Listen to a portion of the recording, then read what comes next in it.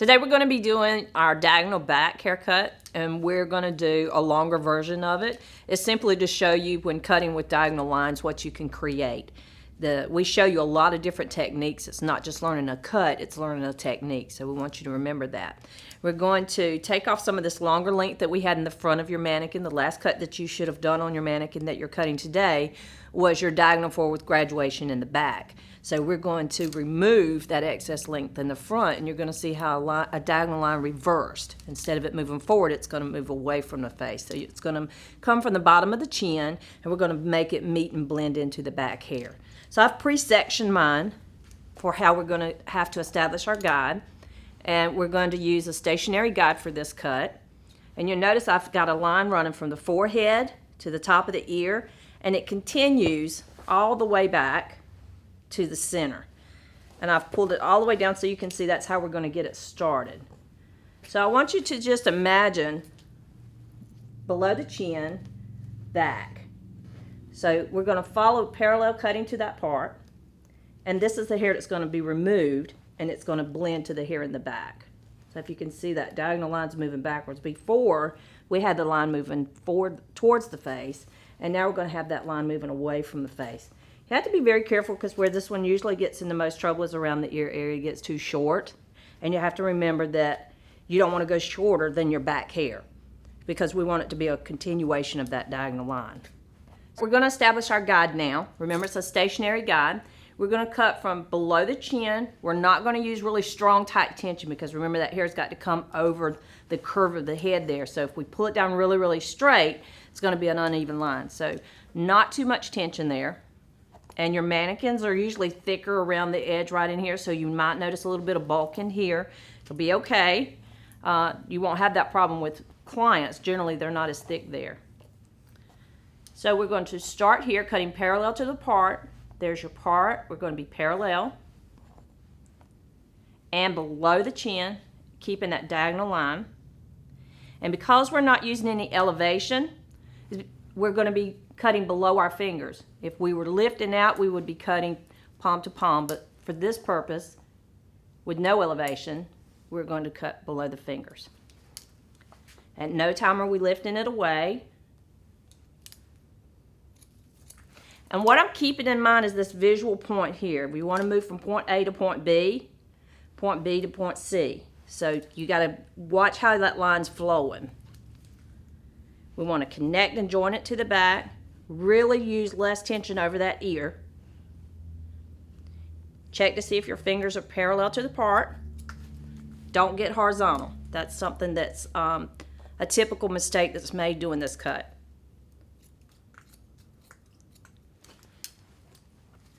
So let you see the diagonal line we've created. It's flowing back. And all we did was make it join and connect into here. So we didn't cut all the way around the head. All we're doing is join into it. And that's our stationary guide. So now we can move up the head. Definitely want to use small sections. Make sure you can see through the hair. So your section should be approximately a 1/2 inch. Comb it down. And don't comb the front this way. Make sure to just kind of comb it slightly over. You can fall right over that eye.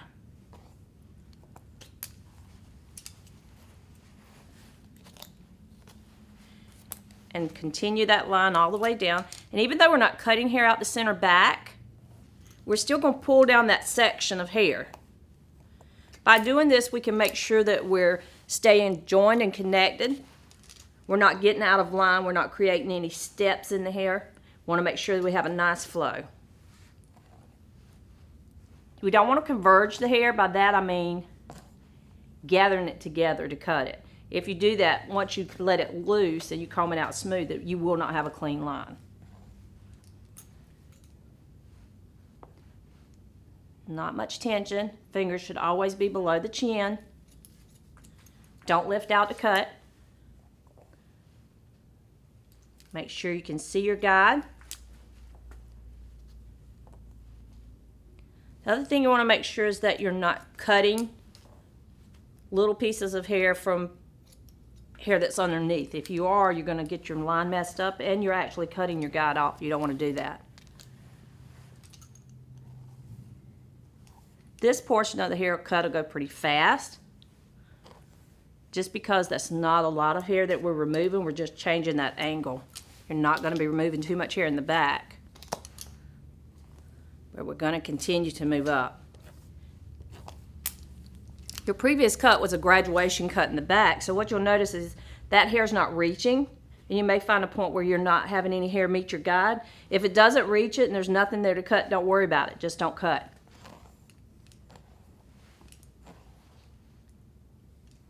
Keeping your hand below the chin. Nice, clean, small sections. On the right side of the head, I want to keep my fingers angled up. Keep your elbow angling, because if you go with a straight line and you have your elbow horizontal, you're going to end up cutting horizontal.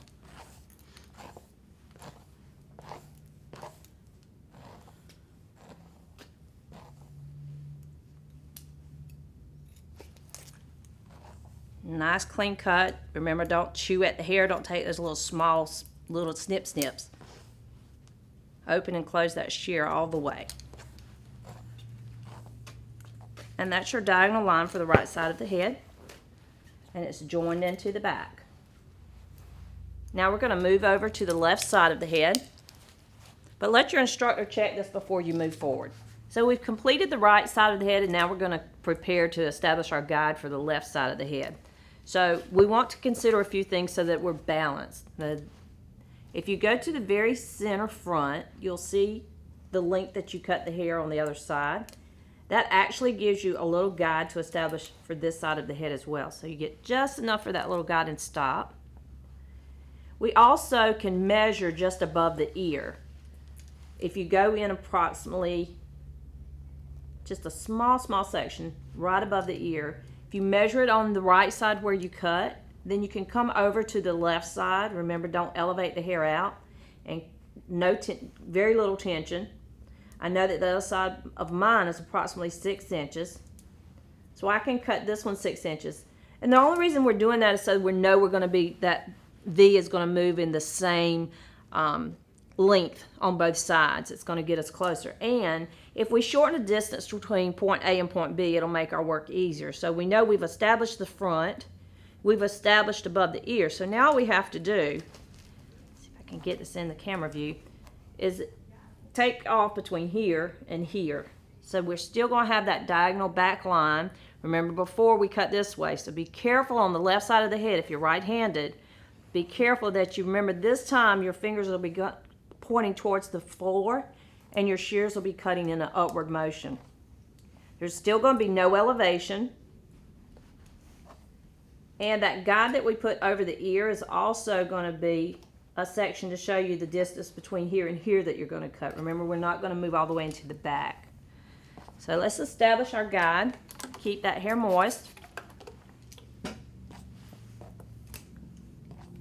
And remember to cut parallel to your part. So my fingers are angling down.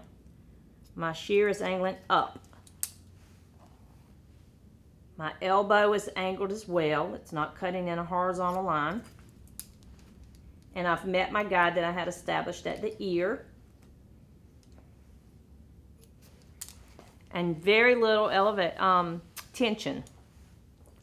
And now I'm just gonna check, and there's a little corner there. I just have to connect my front to the back.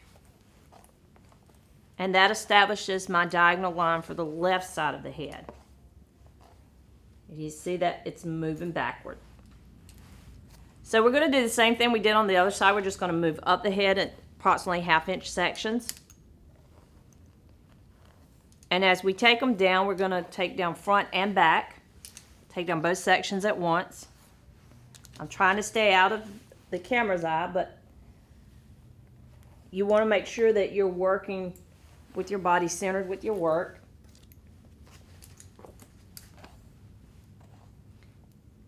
And each time you want to definitely make sure you can see your guide.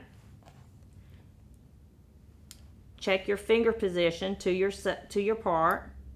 Remember, we're parallel.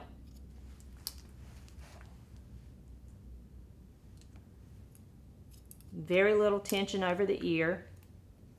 And all I got to do is connect here. I'm connected to the back. Go with another 1/2 inch section.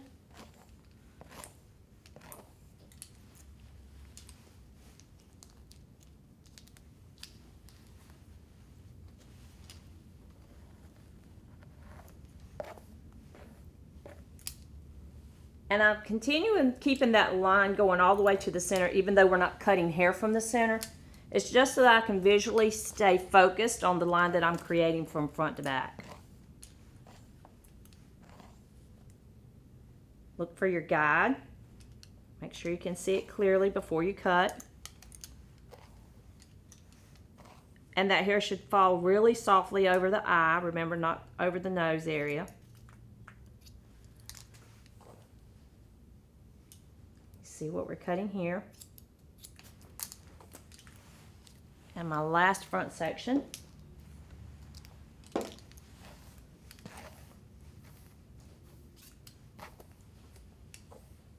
You'll see there's very little hair to cut in this last section. Watch how you comb that hair. Make sure not to pull it forward because that's not the way it's going to lay naturally. So just comb it in like a natural fall. There's my guide. Make sure my fingers are still angled towards the floor.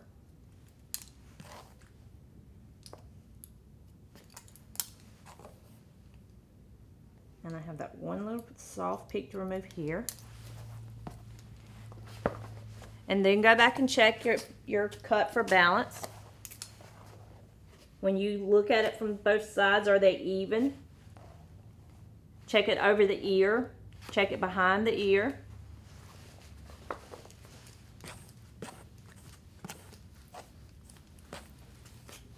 And your hair will still have a little bit of a soft angle here. The only reason we're keeping that in there because we want to make sure you have hair to work with for other assignments. But the main thing we wanted you to learn from this is that when you change the angle that you cut hair, you can create different looks. This is just a technique. It's used for different types of cuts. And it's just to show you when you reverse your angle, what's your effect that you're going to get. So this is a diagonal back, and it's time for you to go blow dry it and give her a style.